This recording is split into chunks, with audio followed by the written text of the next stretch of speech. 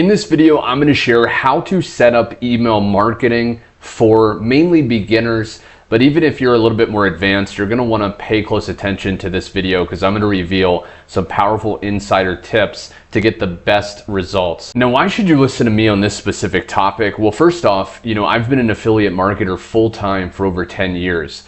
I've also built over 50 email campaigns. I've generated over 40,000 opt-ins, and I have practical implementation experience. So just a quick heads up before we do dive into these specific strategies. I actually use one main email tool for this setup. I'm gonna link the exact tool in the description. You can either decide to use that or if you have another tool, but we need an email marketing tool in order to follow this simple thing, okay? Now here's why you need this, because without setup, right, without understanding what I'm gonna share with you, you may have very poor deliverability. That means the amount of emails when you send one to your list, a lot of people are not receiving that email. Low open rates, okay? So if you send an email and you're not using a compelling subject line or based on when you're sending it, things like that, you may have a low amount of people opening those emails, which is a problem. And then confusing automation. So it can be very technical, very overwhelming if you don't just do what I'm going to share with you in this quick video.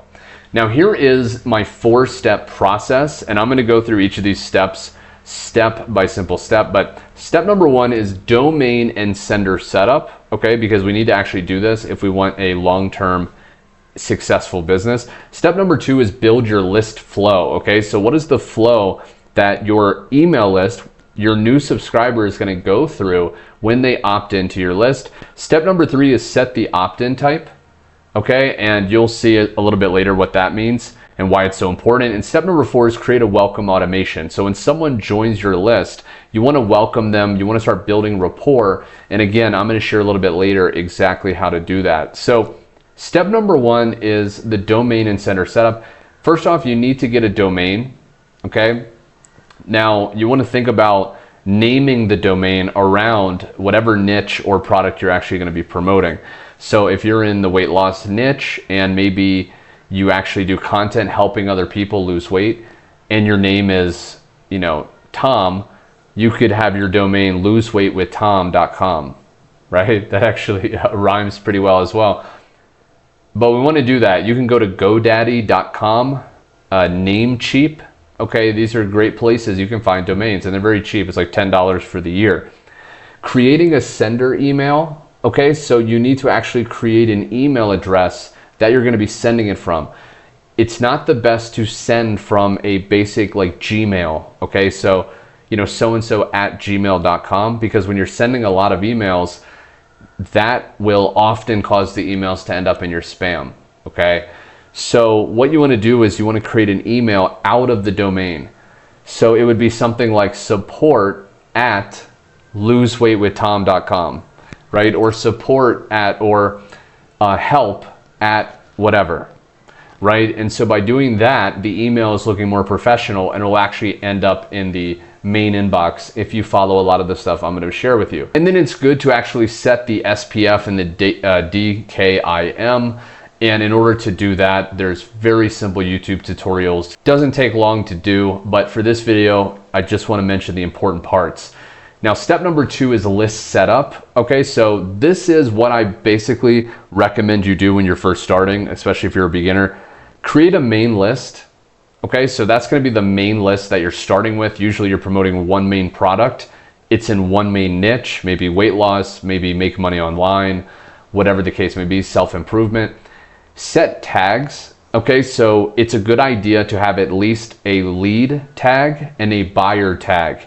These are basically code that will tag a person's email inside of your email autoresponder software, which again, I'll touch on in a second, and how to notify yourself on whether or not they're a lead or a buyer, for example.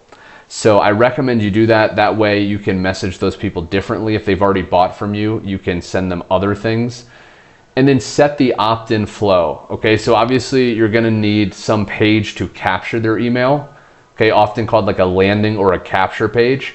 And you wanna set up that, okay, what are you gonna give away for free, okay, on the front in exchange for their email address. Okay, I've covered this in other videos and I'm going to go deeper as well, but you want to understand that. Now, step number 3 is opt-in type. Okay, so this is a big question people have when you're setting up your email list. Should you have single opt-in? Okay, or should you use double opt-in? Now, single is basically when someone opts into your email list, right? They put their email into your page. They don't have to confirm it, okay? They're just subscribed instantly. Now, double opt-in is where basically they'll get an email saying, hey, you know, did you just sign up? And they have to confirm it. Beginners use single, okay? That way you can just get a lot more leads and people are engaged and things like that. And then step number 4, finally, is the welcome automation, okay? This is a very simple 3 email sequence that you can actually set up inside of your tool of choice, okay? Your email autoresponder of choice. Email number 1 usually is going to be delivering the freebie. Okay, so the lead magnet that you're giving away, whether it's a PDF or a free video, you want to deliver that also in the first email. Okay, so you can say, hey, congratulations for opting in. Here is access to insert thing, right? Here is access to the PDF cheat sheet, you know, whatever it is. Email number 2 is normally a story or positioning. Okay, so whatever avatar you're using in the emails, whatever story you're telling to sell those products, okay, that's what you want to actually typically do in the second email. You want to tell a story, you want to get rapport, you want people to feel like they can trust you, okay? And then email number 3 is the bridge to offer. By that point, you've given them a free, valuable thing, you've warmed them up with a story, and now you're going to start bridging to selling the offer. Now, you want to avoid these major mistakes here, okay? These are just some quick things. Uploading cold lists, okay? So if you have a list of emails, like maybe you have a list of email addresses in a spreadsheet, maybe you've marketed to these people a long time ago, and maybe they're cold, okay? So they haven't heard from you in a very long time. You don't just want to upload that list into your email autoresponder, into your software, and start sending emails, okay? Because that can really harm your reputation. A lot of people may not open, and it's really best to avoid that. Also, buying leads, okay? Now, I'm not talking about using paid traffic to generate leads. I'm talking about buying from someone that says, hey, I'm gonna sell you a list of leads. Typically, again, the quality is very low. It can affect your reputation. Remember, the higher your reputation with your email marketing in that specific software, the more likely it is that your emails are going to end up in the primary folder, which is the main goal, get people to see it. Over segmentation, okay, you don't want to segment too much, okay? It could get very confusing to keep track of what this list means and stuff. So just have a few different segmentations. Like I said, you can start with a lead list and a buyer's list. When people buy from you, they go to the other list, and that's going to be pretty darn good. Now, to implement this, you do need an email tool, something that handles lists, automations, and makes this entire setup easier. Why GetResponse for me? Why this is the one that I recommend, and again, there will be a link directly below.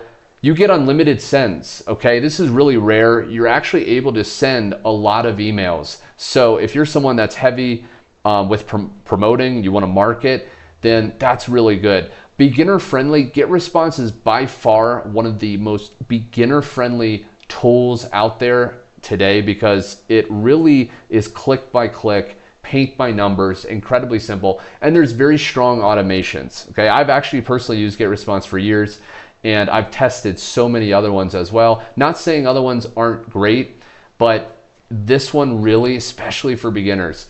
Now, here's how to get started with GetResponse today. Just go ahead and click the link in the description.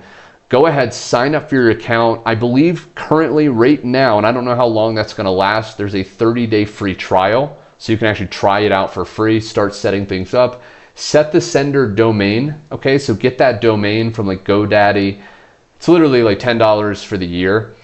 And get a domain, something named around what you're doing.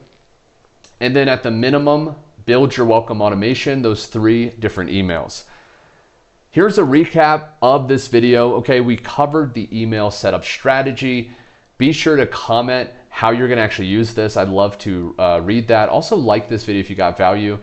I wanna make more of these if you guys love these. And key steps covered, again, the 4-step process. Watch this video again, step by step if you need to. And then the tool, obviously, that we recommend is GetResponse. you can get, I believe, 30 days free in the link in the description. Thanks so much for watching, my friend. Stay subscribed, or subscribe if you somehow still haven't, and I will see you on the next video.